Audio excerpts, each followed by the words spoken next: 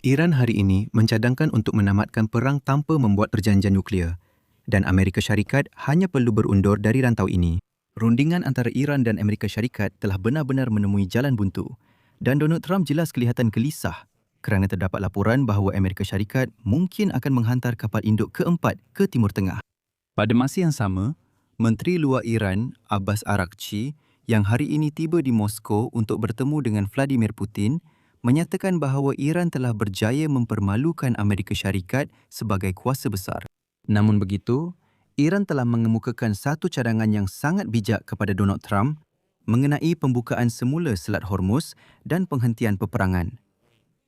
Pada masa yang sama, Iran mencadangkan agar rundingan nuklear ditangguhkan ke peringkat yang lebih lewat. Tetapi sebenarnya, Iran menyeru Trump untuk mengakui kegagalan perang itu dan sekadar menamatkannya. Trump sudah pun masuk. Trump dengan marah menyatakan bahawa tiada lagi rundingan dengan Iran, tetapi itu belum pasti. Sementara itu, harga minyak sekali lagi mencatat rekod bersejarah. Nama saya Alexei Peci. Mari kita bincangkan topik ini bersama-sama. Tetapi sebelum kita mulakan, saya minta anda untuk melanggan saluran ini, tekan butang suka pada episod ini dan tinggalkan sebarang komen anda di bawah video ini. Selain itu, langgan saluran Telegram saya, Peci News. Autannya ada di dalam keterangan video ini. Jadi Menteri Luar Negeri Iran, Abbas Araghchi, semasa pertemuan hari ini dengan Vladimir Putin di Moskow, menuduh Amerika Syarikat gagal dalam rundingan damai dengan menyatakan tuntutan Washington terlalu berlebihan. Seterusnya adalah petikan kata-katanya. Dalam rundingan itu, terdapat beberapa tanda kemajuan. Pendekatan Amerika telah menyebabkan pusingan rundingan sebelum ini tidak mencapai matlamatnya. Ini berlaku disebabkan oleh tuntutan Amerika Syarikat yang berlebihan dan pendekatan yang tidak tepat. Kami terpaksa mengadakan perbincangan dengan rakan-rakan kami di Pakistan untuk membincangkan situasi tersebut. Dan selepas pertemuan dengan Araghchi, Presiden Rusia Vladimir Putin tiba-tiba menawarkan perkhidmatan sebagai orang tengah dalam rundingan antara Amerika Syarikat dan Iran. Seolah-olah Pakistan tidak cukup, Turki tidak cukup, Qatar tidak cukup. Kini Rusia pula berkata, kami akan menjadi orang tengah. Pada dasarnya, Putin telah berjanji untuk menyokong rejim Iran. Maafkan saya akan memetik kata-kata Vladimir Putin. Kita dapat melihat betapa berani dan heroiknya rakyat Iran berjuang demi kemerdekaan dan kedaulatan mereka.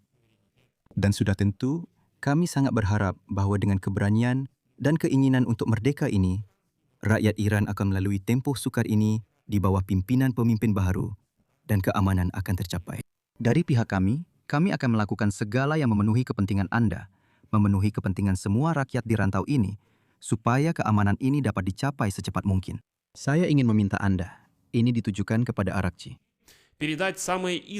ucapan terima kasih atas perkara ini dan mengesahkan bahawa Rusia, sama seperti Iran, berhasrat untuk meneruskan hubungan strategik kita.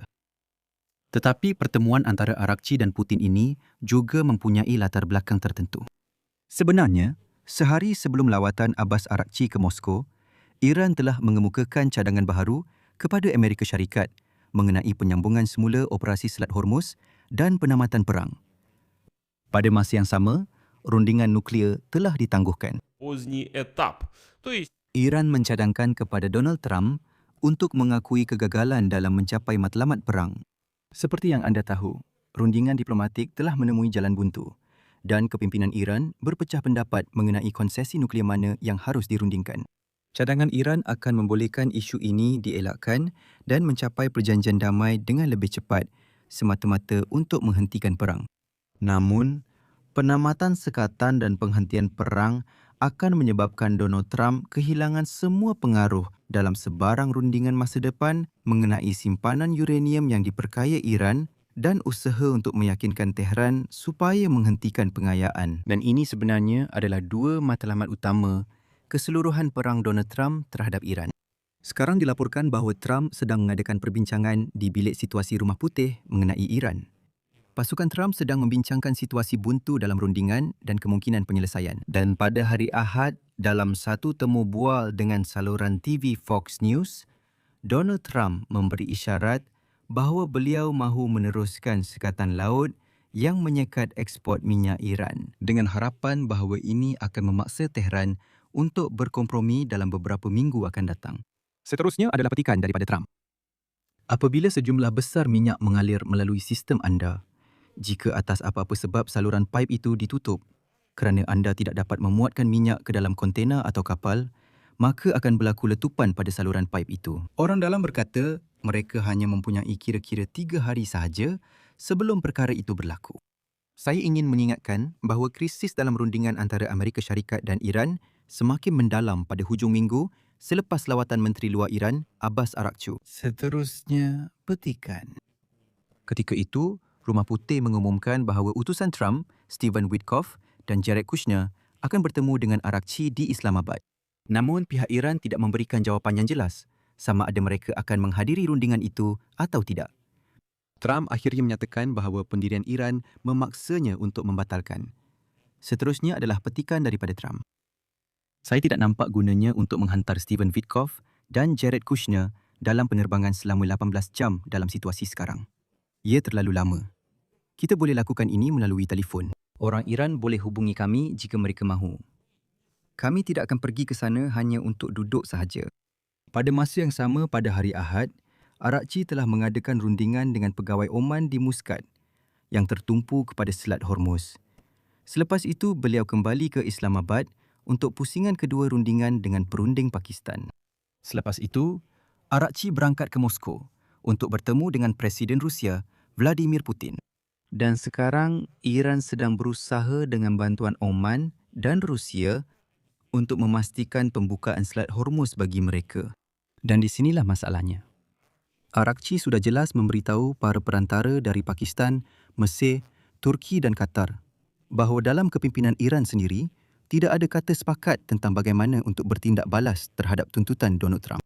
Amerika Syarikat mahu Iran menghentikan pengayaan uranium sekurang-kurangnya selama 1 dekad dan mengeluarkan semua uranium yang telah diperkaya dari negara itu. Oleh itu, Iran mencadangkan supaya buat sementara waktu melupakan isu nuklear. Dalam cadangan perjanjian yang dikemukakan oleh Tehran, gencatan senjata akan dilanjutkan untuk tempoh yang sangat lama atau kedua-dua pihak akan bersetuju untuk menamatkan perang secara muktamad.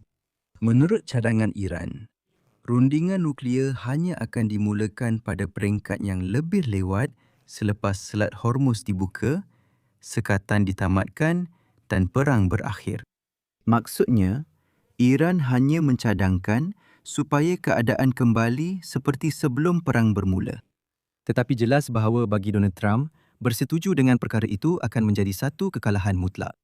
Sementara itu, pada hari Isnin, harga minyak naik lebih daripada 1% kerana rundingan antara Amerika Syarikat dan Iran menemui jalan buntu. Bekalan melalui Selat Hormuz masih lagi terhad, yang menambah kekurangan minyak di seluruh dunia. Akhirnya, niaga hadapan minyak pada hari Isnin. Brent meningkat kepada hampir $107 setong. Di sini saya akan berhenti seketika. Sila tulis pendapat dan kesimpulan anda di ruangan komen di bawah episod ini. Langgan saluran ini, tekan loceng dan jangan lupa untuk tekan butang suka. Jika anda ingin menyokong kerja saluran YouTube ini, anda boleh melakukannya melalui sebarang derma atau langganan penaja berbayar melalui pautan dan maklumat yang terdapat dalam penerangan video ini. Di sana terdapat berbagai format yang berbeza. Atau anda boleh imbas kod QR yang tertera di skrin anda. Ini adalah cara paling mudah untuk menyokong kerja saluran ini. Saya akan sangat berterima kasih atas sokongan itu. Itu saja. Jaga diri anda. Sampai jumpa semua.